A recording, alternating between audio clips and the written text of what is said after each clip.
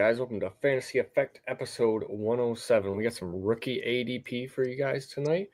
We do have our own free Discord, Patreon as well. If you guys are interested in that, please DM us on Blue Sky and/or X. And please like, comment, and subscribe to the video. As always, Holler and McSpanky are here with me tonight. How is it going tonight, guys? It's going. Also, I don't know if it's just me, but every time I hear someone refer to Twitter as X, I immediately think of DMX singing like "X gonna give it to you," and then that just goes starts playing in my head. So, oh my God! But Yes, yeah, that's dude, the not draft's gonna go almost through here, my man. head all night. Yes, In 2 15 weeks, 15 days, 15 which is days. Finally, Yeah, finally, I we're can't gonna wait. get some. We're gonna get some answers. I kind of feel like it's gonna be sneakily disappointing. I don't know if you guys feel that way, but I feel like the Oh, first round it's going to. might just Totally. get like way more defensive players and offensive linemen than we hope, and then like the offensive players who do get drafted are going to get to like crappy landing spots, and we're all going to be like, we spent this whole offseason just hyping up these guys, and all of a sudden they're Yeah. going to be like, oh man, he went to the to the Ravens. No, Right, dude. It happens Yeah. every year, and Joe Blow and Joe Schmo are running their own personal mock drafts of their dreams of what would happen, and we're like, oh yeah, that would be pretty sweet, wouldn't it? And then we're like, oh, this is what's gonna happen, and then all of a sudden we're like, oh, it didn't, and it sucks. I don't bet on the draft, but if I was betting, I'd probably go, probably under 3 running backs, under 3 wide receivers, and I'd do like equal 3 on the quarterbacks. So I think it is going to be kind of boring. I already, yeah, like there's been, I know, just like certain talks, but there's already talks like people don't like the quarterbacks now. It's just like, okay, yeah, like, it's I so was hard already on this because track. Sorry. it's so hard because it's like there's all these like agents or like these media people that are Yeah. like, oh, my sources say they love this player, and it's like, how accurate is that? Because Yeah. I think there's like some teams that just like intentionally leak stuff out there to, I think, maybe to get other people to like be like, oh God, like we got to jump in front of Pittsburgh because they really want Chitter Sanders or Yeah, or Jackson Dart. Dart, and it's like, Yeah. well, we gotta jump ahead of them, and then I don't know. Man, my favorite quote, or it was like more a little bit article, was Sean McVay. I already knew he was a good coach, but when he said that they weren't looking at many of the quarterbacks this year, I was like, the Rams are in good hands. He's like, the article was like, he knows that, any day now that, or any year that Stafford could be done, but they haven't really thought about quarterbacks this year. I was like, okay, I like this guy a lot. I think though too, they're of the mindset that like if they need to, they can trade next offseason if Stafford tells them they're done for like an established quarterback, or try to trade up to get a quarterback in the next year's draft, or they'll figure something out. They're not just gonna draft a guy just because they need one. And I know they are not going to say they don't like Garoppolo, so they said that he did say like, oh, we have a great group of quarterbacks, right? I mean, but if they needed to, they could probably bridge the gap for a year and go with Garoppolo, which obviously wouldn't be ideal, but I think they could do it. I think their team overall is good enough, and so the hype to have Jackson Dart there was kind of cool, but definitely not in the first round. Like that's to me like kind of a waste, because they can get an offensive lineman or a linebacker or a safety or whatever, and they're like, they were like probably a play away from the championship, NFC championship. So yeah, I think they could really use a linebacker. I know there's a couple that could go in the first round. There's the Jahad Campbell out of Alabama, and then I was just gonna say the dude from UCLA. I don't know if he's a first round guy, but I think he's fringe. I think he's fringe, maybe that too. And it's one of those things too where linebackers don't have. I think he's like Jack Campbell. Enough. Yeah, and it's just like it's such like a scheme specific fit, and like linebackers don't have the positional value that like corners and receivers do. So he might slide, even though he is probably worth a first round pick. But he was a walk on. He went to the school that I worked at. Yeah. Did everybody go to that school, Holler? Dude, Holler went to the every other week. Holler's like, yeah, California. He went to that school. You guys remember that school I worked for? He was there. There's quite a few. You know more people than Dan knows, and Dan played basketball with Leonard Fournette. I know. So the thing is, I don't know these people. I just was part of the athletic department. You don't have to admit to that. You could be, you could be best buddies. So we lean in. The biggest guys. On it. We had a handshake. Yeah. The biggest guy is Kayvon Thibodeau, and then Charbonnet. Those are the two biggest ones. And then Colby Parkinson. I mean, Oaks has had quite a few drafts. Oaks is that where you went? I didn't go there. I worked there. My sister went. Isn't that where Jimmy Clausen played too? Yeah, I'm pretty sure he did. Yeah, so my sister not that he ever amounted to anything, but yeah, he was good at Notre Dame. I remember reading magazines when I was in high school as well at the same age, and I was like, man, how cool! I remember he committed on National Signing Day, and he came in with 4 national championship rings on, and I was like, "Oh, you son of a bitch! You never did better than 6 and 6." Yep, he didn't do shit at Notre Dame. Part of that was probably wise, but did he get drafted in the first round? Second round. Okay. Panthers. And he's the one that I remember he played for the Panthers. I was like, oh, if this guy isn't an all-pro in 10 years, I'm going to quit my job. Well, he's not, and Kuiper still got it. So. Yeah. Receipts, Mel. Receipts. Exactly. Receipts, baby. Oh, man. Go ahead, Holler. Oh, no, just... Oh, I thought you were trying to say something. Okay. No. All right, we should do the news before we ramble off too much. Nice. Joe Milton was traded. Guys, please only put actual news on the docket. Dude, okay, so I put this on there because there was that trade where someone traded Joe Milton straight up for JJ McCarthy, and that's the reason why I put the Joe Milton trade on it. Did you not see that? It was it wasn't in our Discord, but someone else's, and they shared it. I don't know what brought that person to do that, but that's why I brought this news up there. Like, he's a fine backup to have if you happen to have Dak. Like, I can see wanting to acquire Milton, but like, here's the thing: people got way caught up in one game of Joe Milton when it's like there were 6 years of college tape for this dude, and he was horrible. So let's rein it in a little bit. Yeah. I saw that. It was in the Debbie Royale, just insane. I couldn't remember where it was. Yeah. I don't know if it was even like their league or what. I think it might have been on X. Just craziness. But we see crazy trades, on the daily. I didn't know it was like that though. I mean, that's probably the one-off, skewed. That's the one you see curve, on Dynasty Daddy, and you're like, "What the hell happened here?" Yeah. The one we talked about last week. I would think late second, if you really love Joe Milton and you have Dak, I mean, you can probably get it done for that. Not JJ McCarthy. I don't have any Joe Milton, but if I see you got a lot of JJ McCarthy though, if you want to get some. I don't. I don't. And if I saw a second in my inbox for Joe Milton, I probably would break my phone. Just done. Yeah, I don't. I was able to phones are expensive. I was able to pick up Cooper Rush, right? So if you really need a backup quarterback, you're able to pick them up anytime.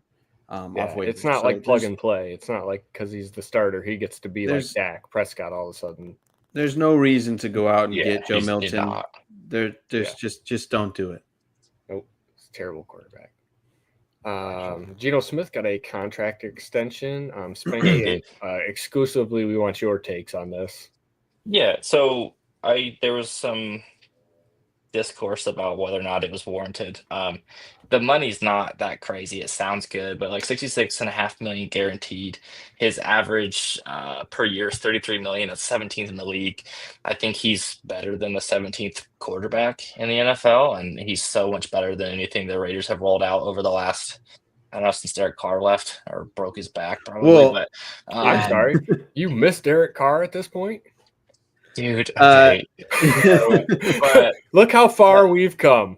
But pre-back injury, Derek Carr, that dude was. Dude, he was. I thought he was going to be. I thought he had it, man. I thought he. And then that broke him.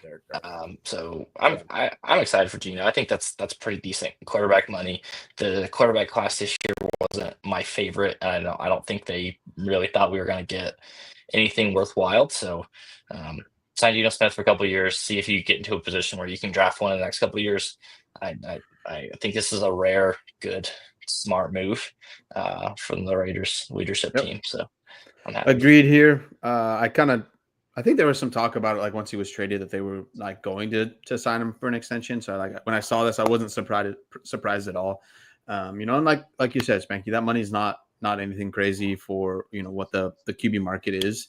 And I agree. I think he's better than QB 17, maybe only by like a little bit, but I think he's depending on the week could be around the like 12 to 15, right? But I think it's fine money. It's good. I think he knows Pete Carroll, so I think it's going to be solid. I think the Raiders need a couple more players, but I think that was fine money. Mm-hmm. For sure.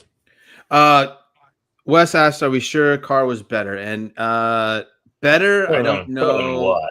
Yeah, I think better than Geno Smith is what he's saying. Is my guess. But I think he was better. Geno Smith, I'll tell you that. What? Prime Amari Cooper, Derek Carr. Yeah, that's what I was gonna say. Like, Michael Crabtree. Before the injury, I think he was pretty good.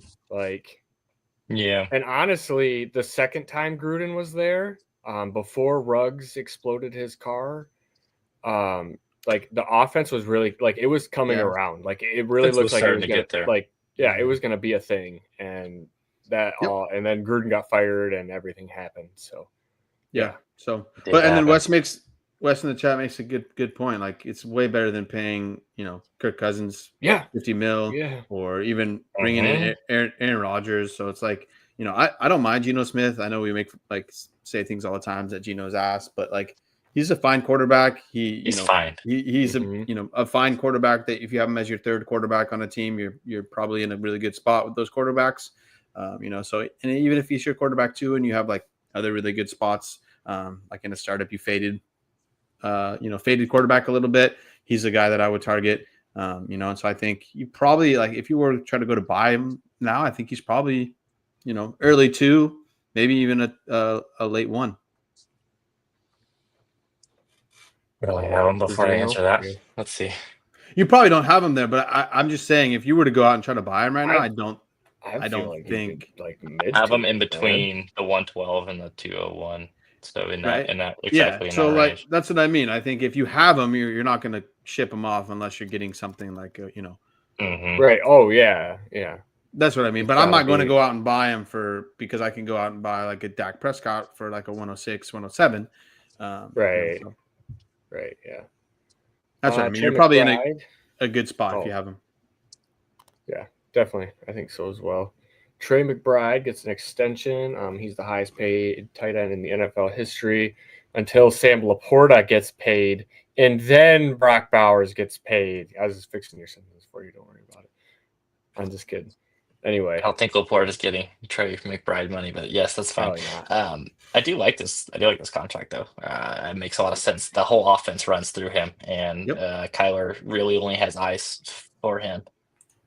Mainly because he can only see the middle of the field, but that's fine. That's not really the point. Yeah, and I do think what they McBride's 6'5", so they lock up their tight end. And I think it's going to be solid for Marvin Harrison Jr. once things get a little bit better with Kyler.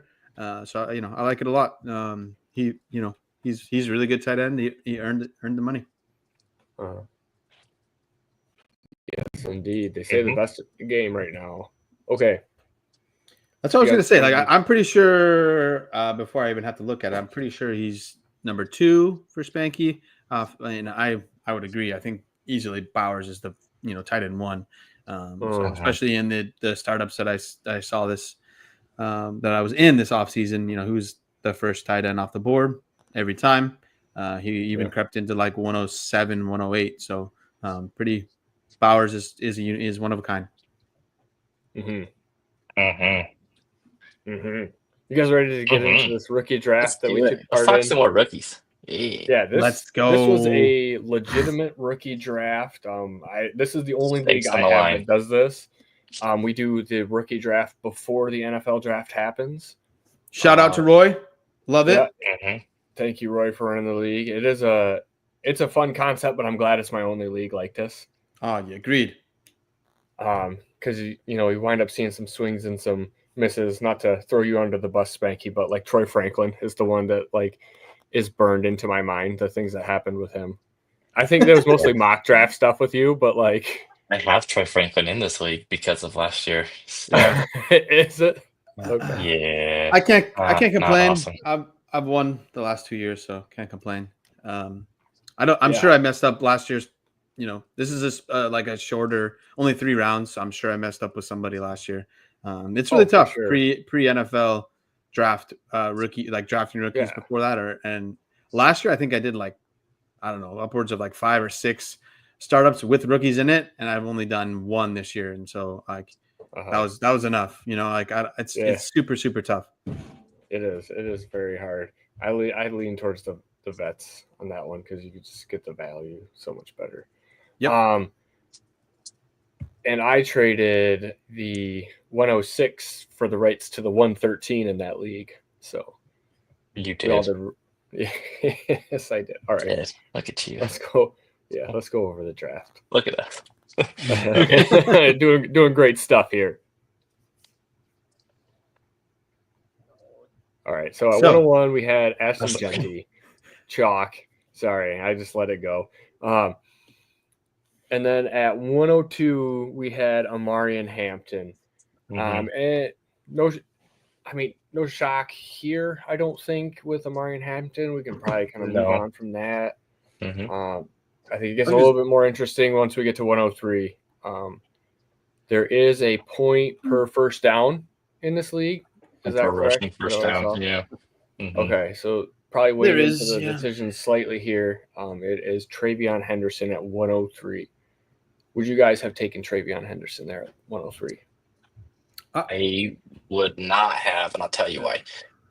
In this particular league, there's a pretty decent tight end premium. There's also an extra bonus for first downs for tight ends. I would have taken Tyler Warren here. However, it is start 3 running backs, so this league's a little wonky.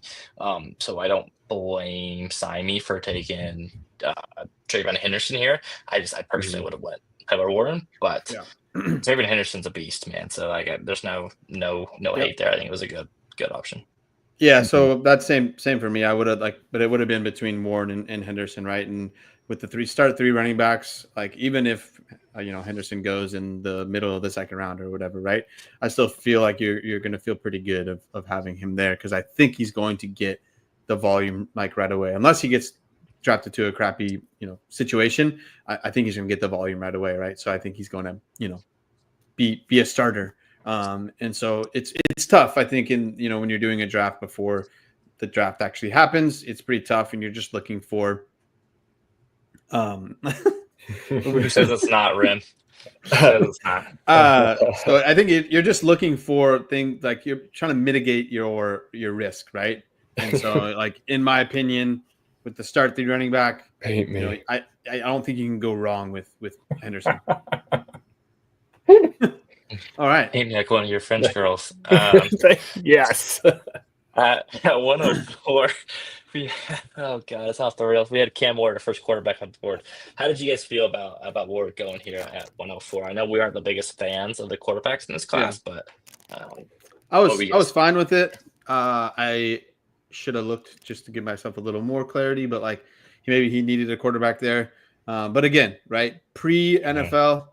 Like I just said, mitigating risk. If he's going at 101, he's going to start. And right, if you have some kind of conviction that Cam Ward's going to be solid in the NFL, then I think that's a solid pick, right? If I was in that spot, I probably would have tried to move out because I'm sure other people would have maybe wanted him at 104. But I think with it being a pre-NFL draft, like I was actually kind of surprised that he went at 104. I thought he might have dropped a little bit more. Yeah. I think it's because he's pretty locked into the 101 right now, right? That's what I was going to say is the reason that I would probably pull the trigger being pre-NFL draft and no landing spots. We generally know he's going to the Tennessee Titans, which isn't, spectacular, but he's going to have the 101, draft capital behind him to help hold that value. And like if Tyler Warren goes to the Colts, are you guys still interested in Tyler Warren? I'm personally really not interested in yes, I am. Like, if any of the tight ends get drafted by the Colts, honestly, I'm not going to do it. They'll figure it out. Like, I think, I don't know. They've been trying to figure it out for a while. They have Daniel Jones now. Come on. They'll be fine. Yeah, man. Danny Dimes. Let's show up in the shoe for the shoe, baby. Yeah, Cam Ward just feels like the safest pick right there because like I'm not really a huge tech guy either. And then it's just a giant tier we've been talking about all the way leading up to this. No, I get it.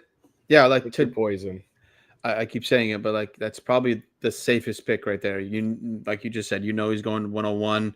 He's going to have that capital. He's going to start probably like 90% or even more that he's going to start day one. Mm-hmm. So if you feel good, you can put him in your startup right away, your lineup right away, and feel solid, right? So, but for me, I still could argue that there is risk there with like the long term. But I think it's fine. Do you guys think? What do you guys think Cam Ward's like ceiling is year one as a starter? I think like a back end QB2. Yeah, I think the hard part is like unless they draft, which they could, unless they draft like a day 2 wide receiver, they're rolling out there with Calvin Ridley and then Tyler Boyd, right? And then Chiggy.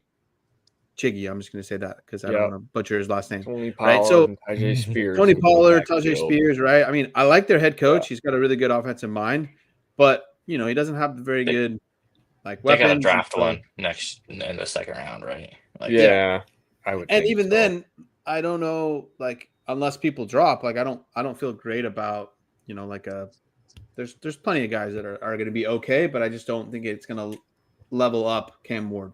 Meaning, like I don't think he really has the. I know he can run the ball a little bit, but I don't think he really has the rushing upside to really put him into the QB1 category. Yeah, I don't think Cam Ward's putting the offense on his back. Exactly, and he doesn't have a lot of help, but he also gets the built-in excuse, and it kind of just helps out that value insulation of taking Cam Ward. Yeah, no, I think if I was in that spot, I'd be like, okay, I'll try to move the pick, and if not, I'll take Cam Ward and try to move him once once maybe he has a couple good games under his belt, right? And then I'll move him because I just don't. I don't know. I'm not a. I've talked about it many times.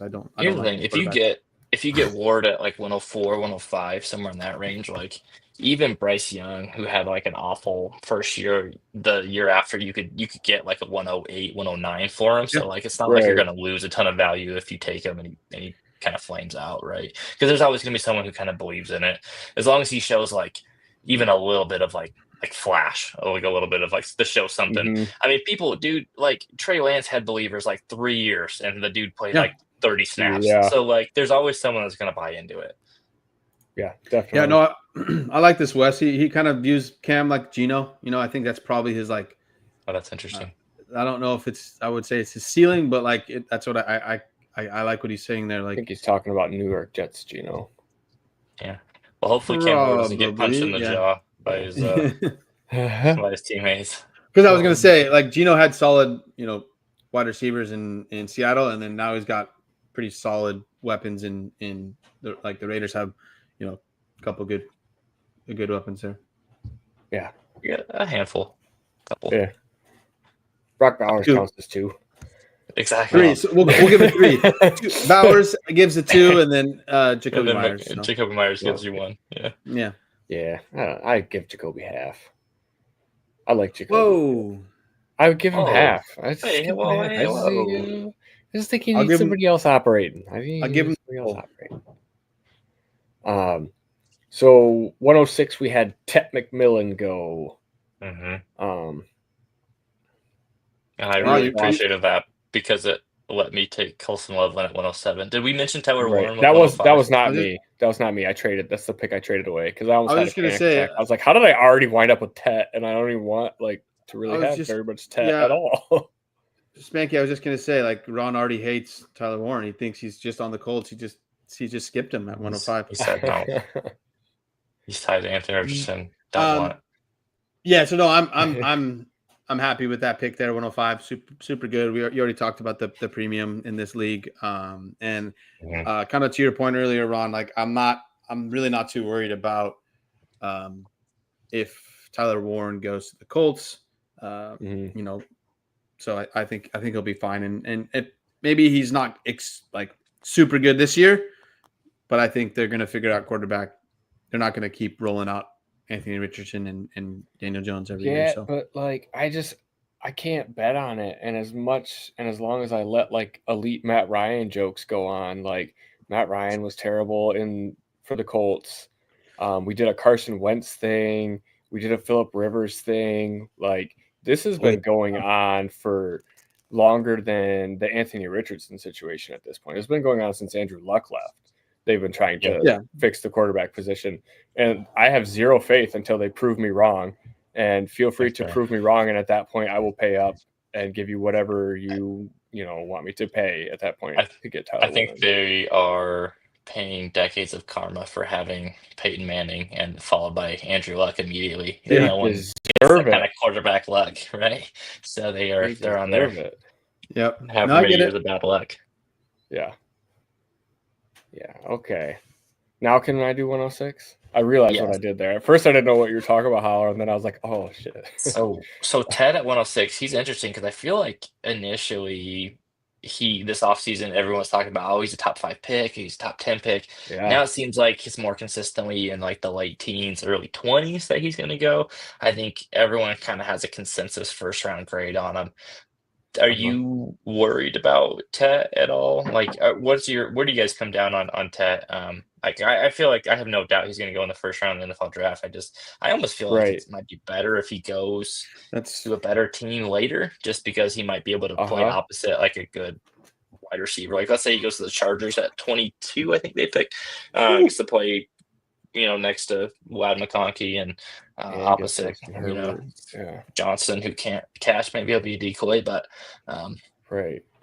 Yeah, so that's kind of where I'm leaning, right? I think it'd be better, if he does fall into like one of the back end of the first, 20 to 32, because those teams have relatively better quarterbacks outside of Pittsburgh, so I just think it's probably pretty solid, going to be a solid situation, and to me he is the he's my wide receiver 1. I know there's plenty of issues out there, but I just think this wide receiver class as a whole like is solid, but obviously it's not the same as last year. So I think there's plenty of like worry with Tet, but I think it's better if he lands on one of the better teams than if he were to go like 6 through 10, right? Land on the Jets or the Saints. Actually, it would be nice if he landed on the Raiders. I think that would be fine. But just generally on the top half of the draft, it's like there's question marks at the quarterback. Is he still your guys' wide receiver 1? Yeah, I would feel. I mean, if Matthew Golden goes first, then I may have to adjust. But I could also see, Matthew Golden kind of burning us if we go with like a, pick him at like 107, 108. It gets riskier for sure. Yeah. I just think there's less risk with Tet than there is Matthew Golden. I think so too. I feel pretty safe that Tet will at least be a serviceable like T. Higgins type, like a wide receiver 2, maybe with some upside. Maybe he'll have some boom weeks. I don't think he's ever going to be like a top 5 guy, which is fine. Not everyone has to be, that top 5 Jamar Chase kind of upside to be useful for you. But I think he's got a pretty safe floor. I don't think he's going to like flame out just unless his tape watching habits, really burn him. But that's a whole other issue. Right. That was interesting to me though that he dropped there in an R like real life draft here, because with my ADP article that I put together and all the mock drafts we did, he was 2, like right? Consistently 2 and 3. Like there was one super early draft that he went 101. Obviously, I was going to say you can go back in our episodes, and I think we debated him with Genty at one point. We did for a little bit, yeah. Right. We had talked about that, and then like as you follow along, like through, like he's just slowly dropped further and further back to the point where now like people have Matthew Golden over top of him. Like I see it as a tier of 3 with Tet, Golden, and Igbuka, and I think that none of them are wide receiver 1s on their team wherever they go to. Even if they are like the wide receiver 1 on the team, I don't think they have the talent to carry that load. And then I think there's question marks with all three of them. Egbuka's primarily in the slot. Tet, I think, has got some separation stuff, going on. And I don't think he's as good down the field as that frame really suggests he should be at jump ball physical play. And then Golden, we have like the 1 year of production with some pretty poor quarterback play. And he was at Houston in like an air raid system. So what can you draw from that stuff, before? So a lot of questions. And like Luther Burden is like right behind them. Like Luther Burden, we can get to him in a little bit. Ethan it only just brings more and more and more. I don't hate that. I really do think Travis Hunter is the best receiver. Like, he probably is. I just don't think he's going to play wide receiver, or at least not meaningful snaps. Colston Loveland, dude's an awesome receiver at the tight end position, but the quarterback play at Michigan was like horrendous. Like, I don't know, like between the three of us, we might have been able to throw some more accurate balls than he was getting. So, the test that is overthinking it. I like that. 100%. Like, he's good. He's been good. This is like prospect fatigue at its finest, right? Like, he's been good for 3 years. Don't overthink it because it's like, he doesn't get as much separation as you would like. Like, I think he'll figure it out. Like, I don't think it's that big of a deal. He had I don't get this in enough, but he had a terrible quarterback last year.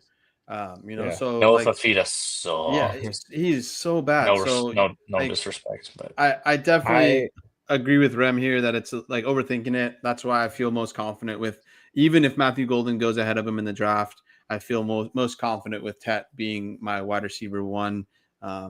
Just the most. I know he's got a little bit of issues, but I think he's the most complete wide receiver out of this draft, outside of Travis Hunter. Yeah, I'm now more comfortable like taking Tet in drafts at 106. Like when we were debating him with like Genty and in that 103-ish area, like that's what I didn't see is like worthy of like those kind of picks. But if we're going to be back here in the back end and we're just looking for starters and hoping we hit on a flex player in our future, yeah, man, cool. Yeah, agreed. All right, 107, McSpanky, take it away, your pick.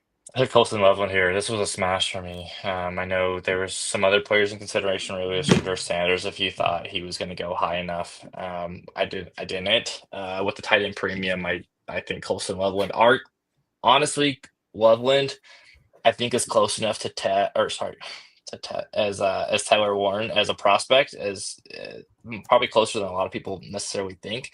Depending on landing spot, Colston Loveland, I see a path for him to be the tight end one off the board. To get him here at 107 was awesome. I was ecstatic. I was taking that to the bank. Dude's a beast, man. He's athletic. I think he can block well enough.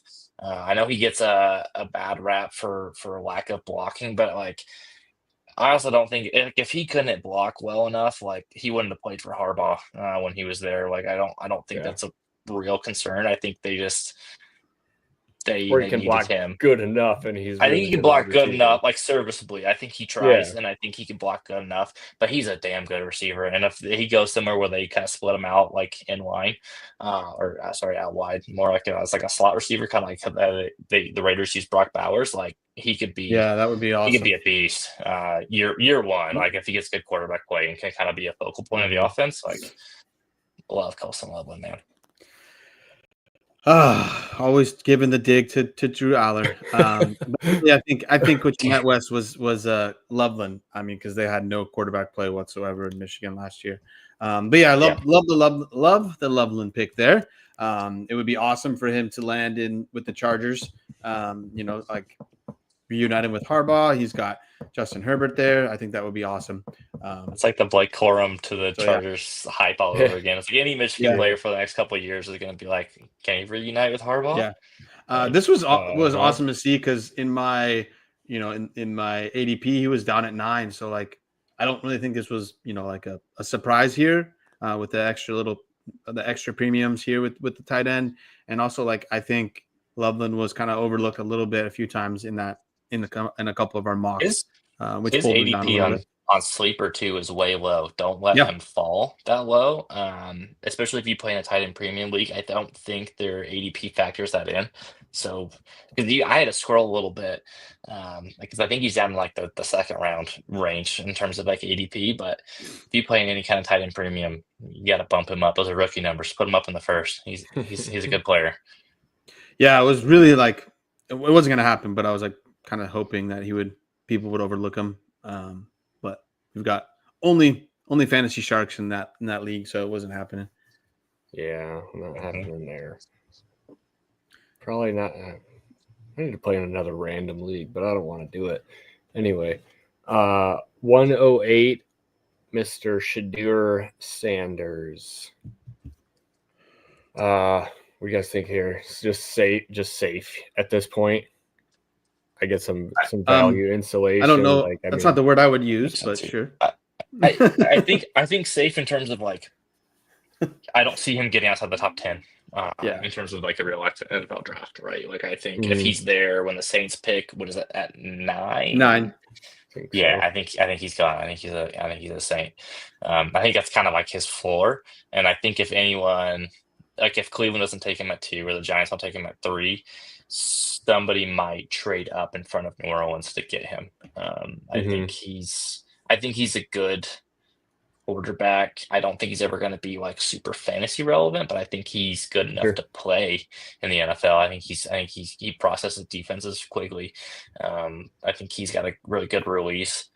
I think he understands defenses. He's got some pocket issues he's got to work through. He's got some little bit of hero ball he's got to work through. Some of that's because Colorado had one of the worst offensive lines. But I mean, I think at 108, like if you're and we'll get to it, the next few guys on the list, like outside of maybe Ibuka, who went at the back of the first, like I don't know where the draft capital is going to be. It's a very wide variance, so I can see why Sanders was the pick here, right? Because if he's going to be a top 10 pick, I mean, or at least in the first round. Yep, agreed. Yeah, no, I'm just diving into my hate on the quarterbacks this year. So, but yeah, no, I think it's a fine pick there because I agree. I don't think he's getting outside the top 10. So I think it's a fine pick there, especially there's some upside, right? If he has a couple good games, you can probably flip for the 108 at least. So I think it's a fine pick there. Yeah, definitely. Okay, at 109, we got Quinshon Judkins. Love it. Good with that one? Oh, I am good with that one. I have him in my rankings, I think right at 109. Yes, so that was bang on. There's a lot of like weird discourse and like hate on Quinshon Judkins that I haven't been able to quite figure out why. And I think it's because he doesn't necessarily do any like one thing like special. He does a lot of things like really good to like average. But like I think he definitely has a role in an NFL offense. I don't think he's ever going to be like the star running back. I think he's going to be a really solid like RB2 in terms of fantasy. Maybe he'll be in some kind of a timeshare. I think he's a good short yardage runner. I think he'll get goal line work. I think he's adequate as a receiver out of the backfield. They didn't really ask him to do that a ton at Ohio State because Trayvon Henderson's so good at it. He did it a little bit at Ole Miss, but not a ton. I think he's a solid player. Like I think he just does everything well enough that he's going to be realistically pretty good. My only concern with him is like his draft capital. I could see anywhere from like early second round to like middle of the third. Yep. I could see him going like there's so many, and that's the only reason why I was a little bit nervous on him. Like if I was in this spot picking, I probably would have went with Ibuka or Matthew Golden just because I feel more confident they're going to get first round draft capital. Yeah, that's exactly there as well. That's exactly what I was going to hit on. It's just like he could go, say the Raiders don't take it, Genty, right? The Raiders could go back and take maybe Henderson or Judkins at their second round, right? And then if that doesn't happen, maybe he drops into the third, right? So if that's that's the scenario, I don't think he will, go 109, right? I think he might go 201 or something. So, but I think, pre-NFL draft, rookie draft, I think is fine. He's right where I have him as well. He was in our ADP with the mocks. He was at 7. So I think it's fine. Yeah. All right. 110. Travis Hunter. So I get it, right? I do. Swing for the fences. I know this is definitely a swing for the fences. I just don't, and I talked about this a little bit in the Discord the other day, and I'll say it here too. I think he is a good corner. I think he's probably going to be primarily a cornerback. I think he will probably play a little bit of receiver, but I don't see him getting enough meaningful snaps that you're going to feel good about starting him. I think he's going to get anywhere from 10 to 20 snaps at receiver a game, depending on the game plan. And you're basically banking on hoping that he torches someone and takes a deep play. Yep. Otherwise, it's he might get you 3 points. You might catch one catch for 18 yards, and you're going to be well, sick. I'm glad I played him over, whoever. I don't feel good about taking him in the first round. There's other guys that are safer, especially right here. Some of the guys who went immediately after him. I mean, Caleb Johnson, whatever, but Ibuka and Matthew Golden at 112 and 113. I'm taking both of them. Easily take both of them over. So if Ibuka wasn't there, I was maybe going to think about taking Travis Hunter. I just I think some of the Cleveland stuff is a little bit of smoke because I don't think they know exactly what they want to do it to. I think they're kind of playing up. Hey, I think Travis Hunter might be a wide receiver or whatever. So I think there's a little bit of smoke there, trying to get people to, I want to get him. So I think there's going to be a little bit of he's going to push a little bit, quite a bit to try to be on the field at all times. But I just don't think that it's going to work that way in the NFL, right? They hit harder, the game's faster, just all the above. So I just don't think it's going to happen. I think it's going to be a 70-30 or even an 80-20 split. And that's going to be, defense and then offense is that ladder, right? And so you really want to mitigate the risk in the first round, and that is a large risk. About as risky as you can get. Yeah, as risky as you can get, right? And so for me, I was thinking about it at 112 is because for two things. It's to start 4 wide receivers, so I do need more wide receivers, right? And after if Ibuka wasn't going to be there, and if maybe Matthew Golden wasn't going to be there, so it was up in the air. So I was happy that he went, so I didn't have to think about it. But yeah, I'm with you. I'll take him maybe at 202, just because the hit rate in round 2 is not quite as good as obviously. So so yeah, I'm leaning in towards the kind of 70-30, 80-20, thinking that he's just going to get a few, maybe more than a few, but some snaps on offense, and then he's generally going to be a defensive player. Yeah, I agree. I had him penciled in at my 113 pick. That's right? What I figured I was going to do there. I tried to trade you. I kept sending you offers. You tried to trade the me 113 because I went and Golden too. But one thing I want to highlight as well is I don't think we're going to know after the draft. There's no way they're going to draft. They come out and say whatever they want, and exactly it doesn't matter until he plays on the field. I think he gets announced as a corner. Exactly, and even if he were to be announced as a wide receiver, I don't think that means he's going to play wide receiver 100% of the time. There's no way they're going to go out and say when the draft is in April and the games don't start till September. So it's, as a fantasy player, we don't know, and it's just so much risk. I also don't think that a team who spends the 102, 103, whatever it is going to want to split that asset across multiple team meetings. I think you're going to want to make sure that he's locked in as your corner, and he's got that on lock before they try to do extra stuff with him. And that's what I was going to mention is apparently at Colorado, he was only doing defensive meetings, to my knowledge, and they were basically signaling the wide receiver routes in from the sideline to him. Other than that, he had no knowledge of what was going on offense. He just knew what route he was supposed to run. And for me, I think that's even more impressive. But like I said earlier, I just don't think it can happen in the NFL, right? To go full-time receiver after you've never been in the wide receiver room. He's small anyways. Let's not overlook that. And he missed games. I mean, probably I would have to imagine due to fatigue. The human body can only do so much. his only time like snaps off basically were on like kickoffs and like punts. So, for reference, he was 9 with Shador in our ADP from Mox, so it's about the same as what he was here, 10. So I think there will be plenty of people that feel comfortable taking him at 110 to that 202 range, and pick your poison. Definitely. 111, we had Caleb Johnson go. You guys surprised Caleb Johnson got up there? I felt like he had been, like you just said, I mean, early 2 to this late 1, you can pretty much shake this up however you want to. And I wasn't surprised because, most people either love him or hate him, right? Yeah. So, he was basically 12 in our ADP. He was always going at like 112 or 201. And so I just think that's where he's going to go. Kind of, unless he drops to like the 4th or 5th round, which I don't think happens.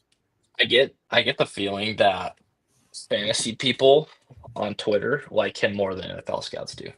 And maybe that's just me finding people that don't like him because I don't as a prospect, but he has a very specific skill set. Now, granted, he's good at that skill set, but it's like he doesn't really pass block. He doesn't really run routes out of the backfield. He basically ran a wide zone scheme at Iowa his entire time. He had 1 year of production there, and it was a good year of production. But like, and the highlight I see over and over again is that like screen pass against Nebraska where he like made like 12 dudes miss, and it's like, well, that's great, but Nebraska blows. Yeah. So I don't know, man. Like I don't feel good enough about taking him above the 2nd round. Now we'll see during the draft, like where he goes. He's one I'm very interested in seeing where he ends up. I kind of get the feeling he's more of like around like middle to 3rd kind of a guy, as opposed to a 2nd rounder that I've seen some people kind of thinking that he might go. Now I know I've said I don't really like Caleb Johnson, but I do think there is a bit of a drop off after, from the top 5 running backs to then now like Scatterbo and Sampson and things like that. I really like Dylan Sampson, but I think it's going to depend on where he goes in the situation, right? So if you're really got your eyes on a running back, I can't really argue somebody taking him at like 111 there, because you may not know what happens over the next couple picks. Yeah, like once something I'm not going to do, but I'm just saying I can't argue that. Once those 5 running backs come off, like the question marks get even bigger and larger. That's for sure. Totally. Okay. Smash Igbuka at 112. Yeah. I was upset. Upset. Ron was throwing things. I was. Yeah. I was. They kicked me out of work that day. Oh my goodness. I couldn't believe it. Yep. Awesome. And then 113 has a special. They have 113 in this league, which is cool. Like if you win the consolation bracket, right? Is that how you get it? If you trade away your first because you think you're going to make the playoffs, then you can win the toilet bowl and you could win the 113. Never done that. Yeah, I don't know who would do that. What a fool. Anyway, I took Matthew Golden with my 113, which I was kind of surprised that he was there. I am too, but also I know a lot of people hate Matthew Golden. There's a lot of like, right? Yes, he is. Yes. Agreed. Yeah. So I like Matthew Golden as well. I've liked him since Houston. I think there's some things that he could do better, just like many other prospects, right? But if he's going to get that 1st round capital, I feel good about taking him in the 1st round. I think it's 113. So realistically, he could go as high as like 18 to Seattle, which I think would be a nice little spot for him. Although I don't know if Darnold can support that many people. Yeah, that's another issue. Right. Yeah. But it wouldn't surprise me if he's the first wide receiver off the board. I think he has a very specific skill set that I think is appealing to NFL teams. Yeah, agreed. And he's a touchdown maniac, dude. All right, we'll run through this. Didn't put a copyright on that.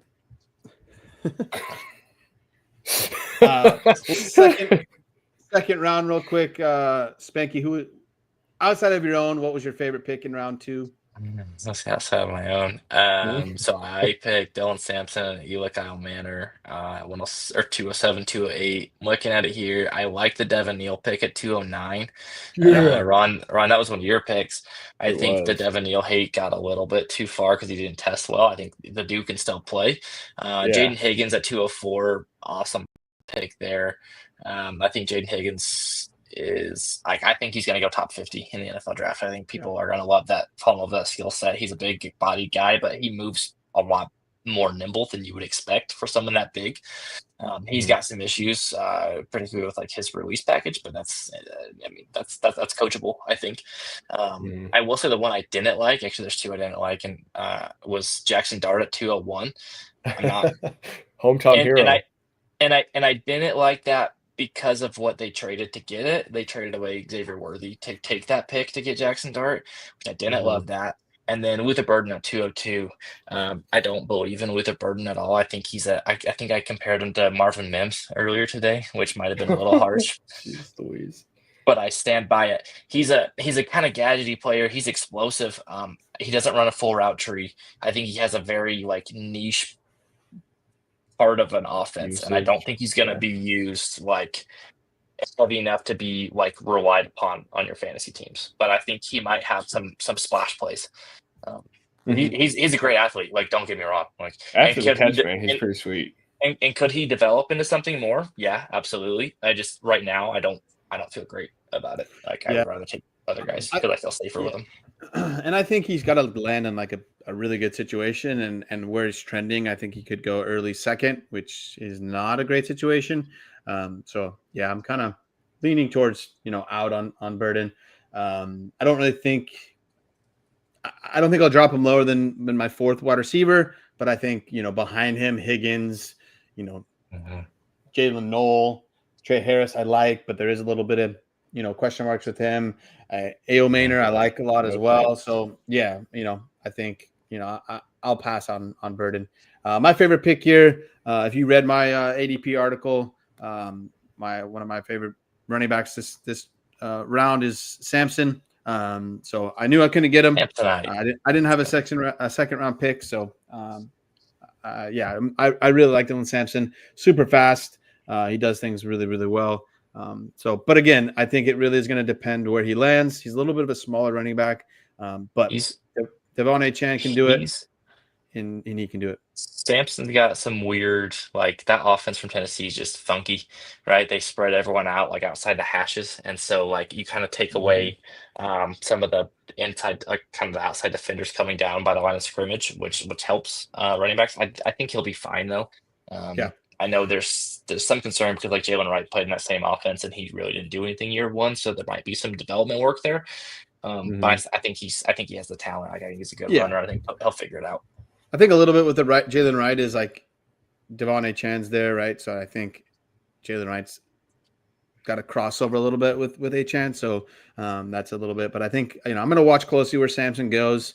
But I think he could be really good if he lands on a good spot with some great touches. And the dude just has gotten improved. He's improved every single year, right? So I think if he lands with a good team, with a good coaching staff, I think he'll just want to continue to improve. And I think he was one of my risers for me, right? And so excellent pick. All right, in the third round, again, Mr. McSpanky, what was your? Mr. McSpanky is my father. Let's see. Sorry. I think taking Harold Fannin at 305 is worth it. I know he's got a productive profile. I know he didn't test well. He's a little undersized. I think he can still play. I don't think he forgot how to play. Jalen Royals, I think, is a guy who's going to get third-round draft capital, wide receiver out of Utah State. He went at 303. I really like that pick. I think he can play. Jack Betch, wide receiver out of TCU at 302, went there. I like that pick a lot. I know he started at LSU, and he was out of like him, Brian Thomas. Who were some other LSU receivers there at the time? Neighbors. Betch actually was the best most productive freshman wide receiver they had there at LSU. And now, granted, he did transfer late, but he's a big body guy. He's a hell of a blocker, which means he's going to be on the field quite a bit. I don't know that obviously you don't get fantasy points for blocking, but it's cool. He'll be on the field. I think he might go be drafted higher than people are giving him credit for at the moment. Agreed. So agree there. I really like Brashard Smith, one of my favorite sleeper running backs. He's going to be a little bit later. I think it will really depend on where he goes, but I really like. There's the upside there, right? Tyrone Tracy came out of nowhere. He landed on a really good spot with some opportunity. So I think if a guy like Brashard Smith gets that opportunity, I think he'll take it and will be pretty darn good. And then you kind of hit him already, but I really like the Fannin pick. In the third round, can't go wrong with Fannin. I know he had a rough combine, but I think he's still a solid player. Those are my highlights there.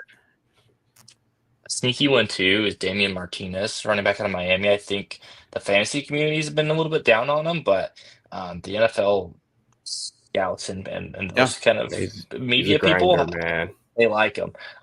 He's an excellent short yardage back too. Like there's a chance that he gets in, and he might not pick up a ton of yards, but he could get like a bunch of touchdowns because he's a beast. He was the one that, I don't know if you guys remember that Cam Ward game in Miami. I think it's against South Florida. He went up to the line and he was like, "Hey, we're running that right here," and pointed at the gap they were running. He's like, "You try it, stop it," and it was Martinez that like ran through a dude and got the touchdown. So. Martinez he's a beast, dude.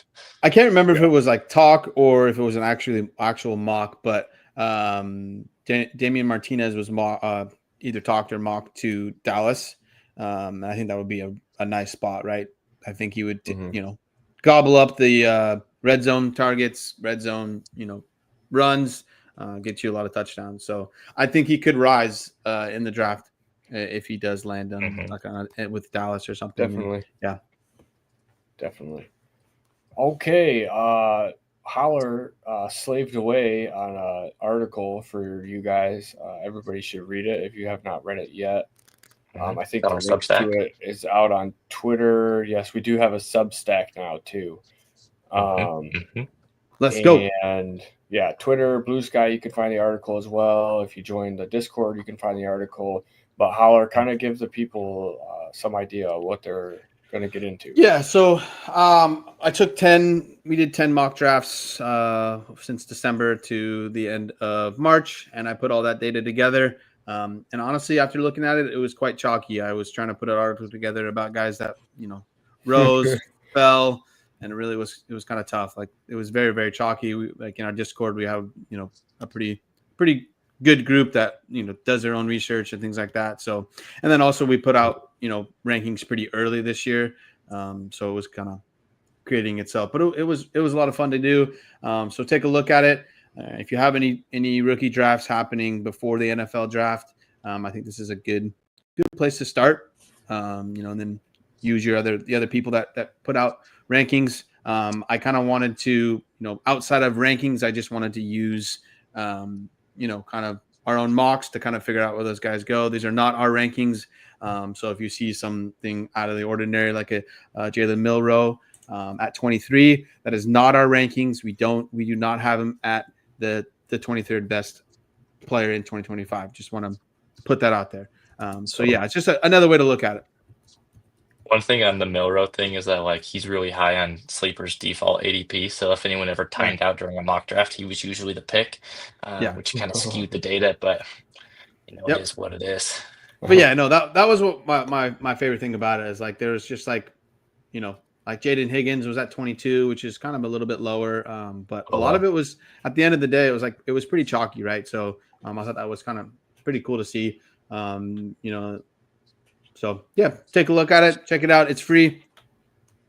Speaking of Milroe, just real quick, do you guys believe the news that's been out there, the rumors that some teams like him potentially going in the first round? He got invited.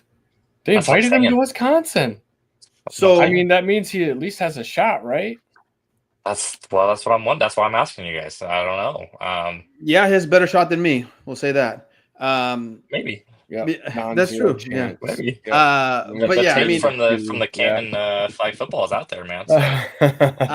Yeah, I mean, I am surprised. I was very surprised to see that, but at the end of the day, like, you know, I GMs do things crazy all the time, and then they still have their job, and so we've seen it. Do be crazy year in, year out. We see it all the time. So, but yeah, Kevin from the WRL makes a really good point. Nobody wants to go to Wisconsin. We'll see out a mansion somewhere up in Wisconsin.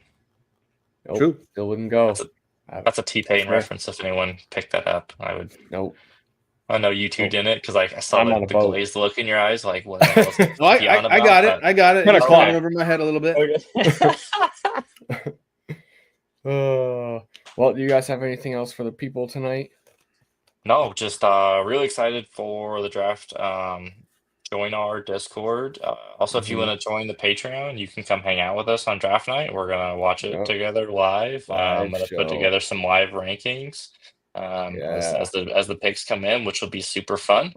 And then just the Discord, dude. We have good conversations. Sometimes some unhinged ones too, which are always entertaining. But sometimes they're on topic. Sometimes more than often than not on topic.